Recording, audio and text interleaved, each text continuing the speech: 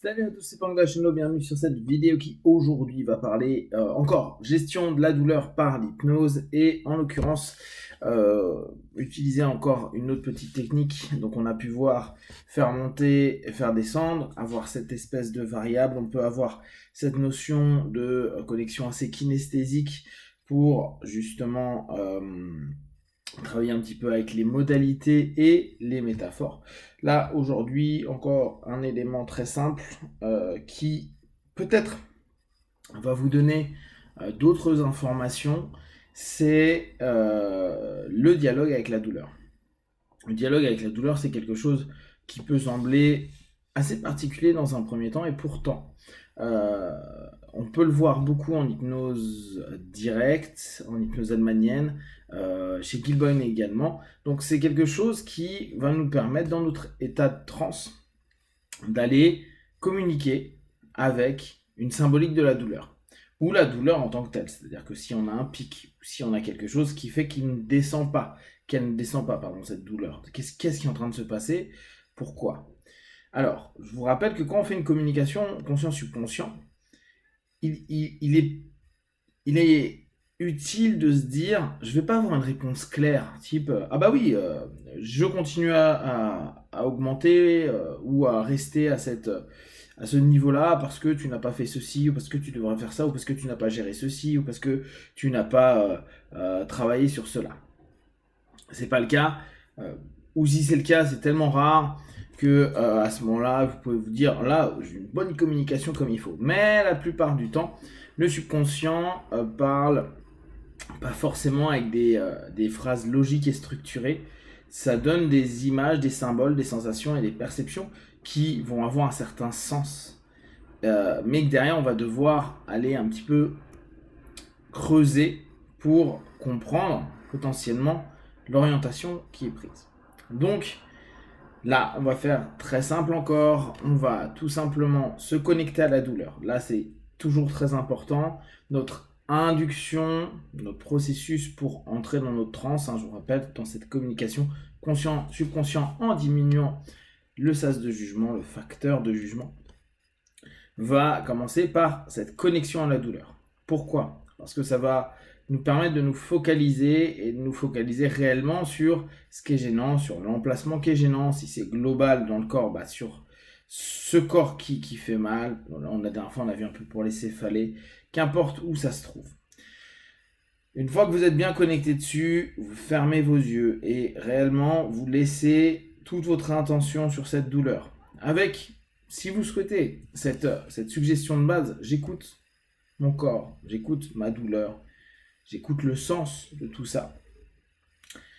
Et dans un premier temps, on va pas être dans une notion directive. C'est pas nous qui allons donner la direction, mais au contraire, on va être dans la notion plutôt pace, c'est-à-dire d'écoute à ce moment-là de la douleur. Écoutez-la et à mesure que vous l'écoutez dans votre tête, après peut-être 10 secondes, 15 secondes, déjà vous allez observer si elle bouge. Quand je dis elle bouge, est-ce que physiquement elle est en train de bouger? Est-ce que si par exemple j'ai une douleur à la main, est-ce qu'elle reste au même endroit? Est-ce qu'elle est diffuse? Est-ce qu'elle est concentrée? Est-ce que au bout de quelques instants, quand je commence à être centré dessus, est-ce qu'elle on a l'impression qu'elle n'est pas exactement au même endroit, et c'est là où on donne plutôt des zones plutôt qu'un endroit précis, comme s'il était en train de bouger, comme si le fait de vous poser dessus pouvait faire varier l'information qui était proposée.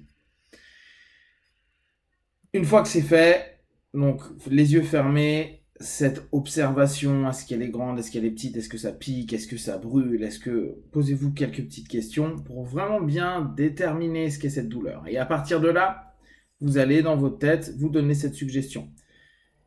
Je vais décompter de 5 à 1 entre chaque chiffre. Simplement, je vais me connecter complètement à cette douleur et être prêt à écouter et où. Ça va dépendre aussi. Ça se trouve, vous n'allez pas percevoir quelque chose de particulier. Faire entrer en communication, dialoguer avec cette douleur pour l'orienter, pour l'apaiser. Donc, vous, bien sûr, vous utilisez la sémantique qui vous parle. Et après, simplement, toujours les yeux fermés, 5, 4, vous doublez simplement votre respiration, vous prenez du temps pour vous connecter, pour être prêt à vous écouter, pour être prêt à orienter la suggestion.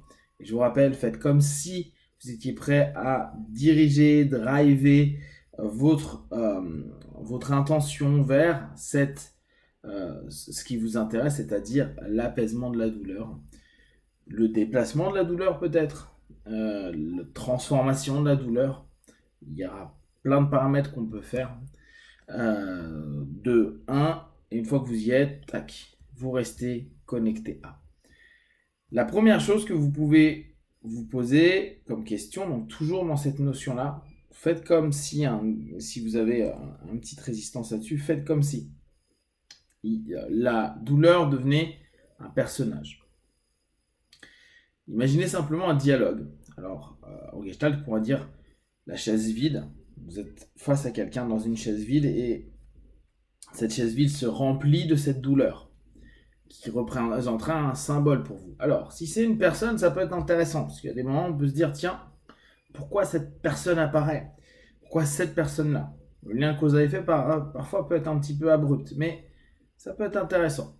Si c'est une forme, si c'est un animal, un objet, un symbole, c'est très bien. Ça vous permet dans un premier temps de vous dire, tiens, j'ai déjà une information. C'est déjà une information. Parfois, peut-être, on ne va pas forcément voir quelque chose de très précis. Ça peut être une espèce d'aura ou je sais pas, de brume. Peut-être ça a une couleur, peut-être ça a une taille, peut-être c'est une forme, une substance, etc. Prenez toutes ces notions-là. C'est déjà de l'information par rapport à la douleur, ce que représente la douleur. Vous verrez, on fera bien sûr très basiquement un moment avec les submodalités, pas sur cette vidéo, mais vous pourrez potentiellement, si vous connaissez un peu les submodalités, changer les modalités. Si par exemple c'est gazeux, vous pouvez le rendre liquide, puis après vous pouvez le rendre solide, etc. pour voir ce que ça fait, toujours dans cette écoute, cette connexion à la douleur, à votre douleur. Là, on est plus dans une notion où on veut communiquer avec, on veut écouter peut-être ce qui est dit.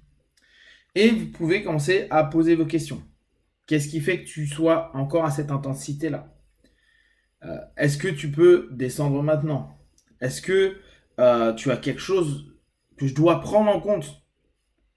Alors peut-être que vous allez entendre directement arrête de bouger, relâche-toi un petit peu, déstresse, prends soin de toi. Il y a plein d'éléments qui peuvent rentrer. Ou simplement, je sais pas, colère vis-à-vis d'eux. Ras-le-bol vis-à-vis d'eux, etc., etc. Des éléments à prendre en compte parce que ça, la douleur, comme elle est une information, elle va nous permettre aussi de travailler un peu sur nous. Et avec le travail sur nous, on va pouvoir, sur certains types de douleurs, bien sûr, tout ce que je vous propose n'est pas universel, va vous permettre peut-être de recadrer des positions que vous avez, peut-être des comportements que vous avez, peut-être des sémantiques que vous utilisez. Donc, avec cette douleur, vous allez dialoguer, vous allez poser des questions. Pourquoi tu es là? Pourquoi tu restes? Qu'est-ce que je peux faire pour te diminuer, t'apaiser, etc. Si vous avez zéro réponse, parce que pour l'instant, vous n'êtes pas hyper en phase avec cette idée-là, faites comme s'il y avait des réponses. S'il n'y en a pas du tout, c'est pas grave. Vous continuez avec la suite. Si vous avez des réponses, prenez en compte ces réponses.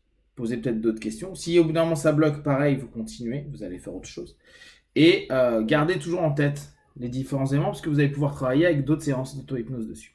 Et après, comme on l'a déjà fait, vous allez sur de la suggestion directe simplement dire ok, maintenant que je t'ai écouté, maintenant que je m'écoute, maintenant que cette douleur commence à être prise en compte, respectée, je vais te demander de diminuer de plus en plus et c'est là où vous allez passer 2, 3, 4 minutes comme ce qu'on a fait à la première vidéo pour commencer à proposer des suggestions. Je m'apaise de plus en plus, ma douleur s'apaise de plus en plus, j'écoute l'information et je comprends cette information, je vais agir en fonction et la douleur diminue de plus en plus. Vous le faites 5 minutes, 10 minutes, vous pouvez la déplacer, la faire se réduire. Parfois ça va pas complètement disparaître, parfois ça va simplement descendre sur votre échelle de douleur et vous permettre d'aller mieux. Cette notion de dialogue va vous permettre d'ouvrir un champ de travail sur vous pour d'autres possibilités, surtout quand c'est des douleurs chroniques. Si vous avez des questions et des remarques, vous partagez sur Facebook, YouTube, j'y répondrai le plus rapidement possible, comme d'habitude, de tout ce que je propose. Ne prenez que ce qui est bon et juste pour vous, testez, observez, analysez et concluez. Be one, ciao.